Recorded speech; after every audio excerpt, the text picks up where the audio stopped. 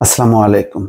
ঢাকার সাম্প্রতিক ঘটনাবলিতে কি পরিমাণ মানুষ হতাহত হয়েছে তার সঠিক পরিসংখ্যান এখনো পাওয়া যায়নি। শুধু তাই না, এই ঘটনায় কত মানুষ নিখোঁজ হয়ে আছে, কত মানুষ আটক হয়েছে তারও কোনো সংখ্যা জানা নেই কারোরই।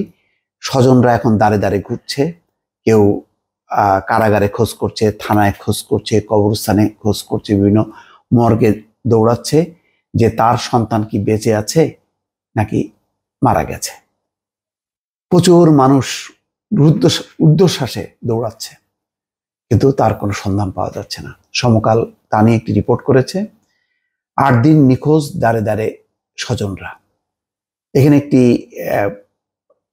একজনকে দিয়ে রিপোর্টটি শুরু করেছে যে সাভার নিউ মার্কেটের পেছনে স্মরণিকা আবাসিক এলাকার একটি ভাড়া বাসায় থাকতেন 18 বছর বয়সী সাব্বির। বাবার সঙ্গে সাভার বাজারে শরবত বিক্রি করতেন।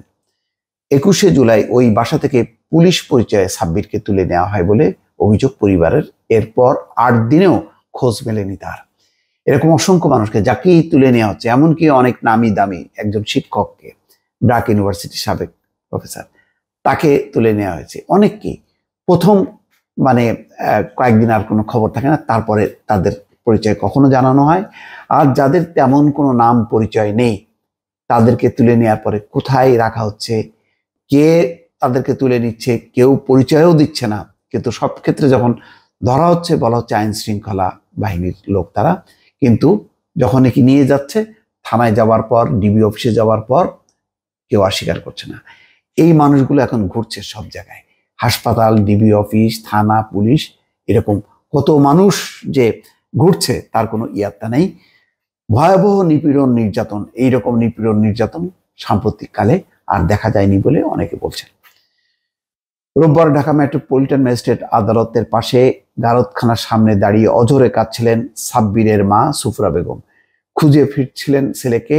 সমকালকে সুফরা জানালেন সাব্বির পড়েছে 7ম শ্রেণী পর্যন্ত। এরপর বাবা মোহাম্মদ আক্কাসের সঙ্গে শরবত বিক্রি করত। 21শে জুলাই সন্ধ্যার পর পুলিশ পরিচয়ে সাব্বিরকে তুলে নেওয়া হয়। এর আগের দিন সাভার বাজারের সামনে কোটা সংস্কার আন্দোলন ঘিরে বিক্ষোভ ও পুলিশের সঙ্গে সংঘর্ষ হয়। ওই ঘটনায় সাব্বিরকে আটক করা হয় বলে ধারণা করছেন তারা। একই সময় ওই বাড়ি থেকে আরো 4 জনকে আটক করা হয়। সুরুজ আলী, আনিস, রাসেল, হৃদয়, প্রত্যেকেরই বয়স কম বয়সী। গতকাল পর্যন্ত তাদেরও কোনো খোঁজ মেলেনি। সফুরা বেগম বলেন, 8 দিন ধরে ছেলেকে দেখতে না পেরে আমার বুক খালি হয়ে গেছে। সাভার থানায় গিয়েছিলাম, সেখানে বলা হয়েছে ভাঙচুরের মামলায় তাদের আদালতে পাঠানো হয়েছে, রোববার আদালতে আনা হবে বলে শুনেছি। তারপর সফুরা এবং আক্কাস গতকাল প্রিজন ভ্যান দেখলেই সেখানে দৌড়ে যাচ্ছেন। কিন্তু বেলা 3টা পর্যন্ত ছেলের দেখা পাননি। তাদের গ্রামের বাড়ি পাবনার সুজানগরে। দর্শক, চিন্তা করেন এত মানুষের যেই কি বলবো, এদের কোনো এখন জীবন আছে এই মানুষগুলোর? যেসব তার সন্তানের সন্ধান পাচ্ছে না, কোথায় তার সন্তান? রাষ্ট্রের কোনো জবাব দেবে? এই অভিশাপ রাষ্ট্র কত বহন করবে? এটি এখন প্রশ্ন। ভালো থাকবেন। আল্লাহ হাফেজ।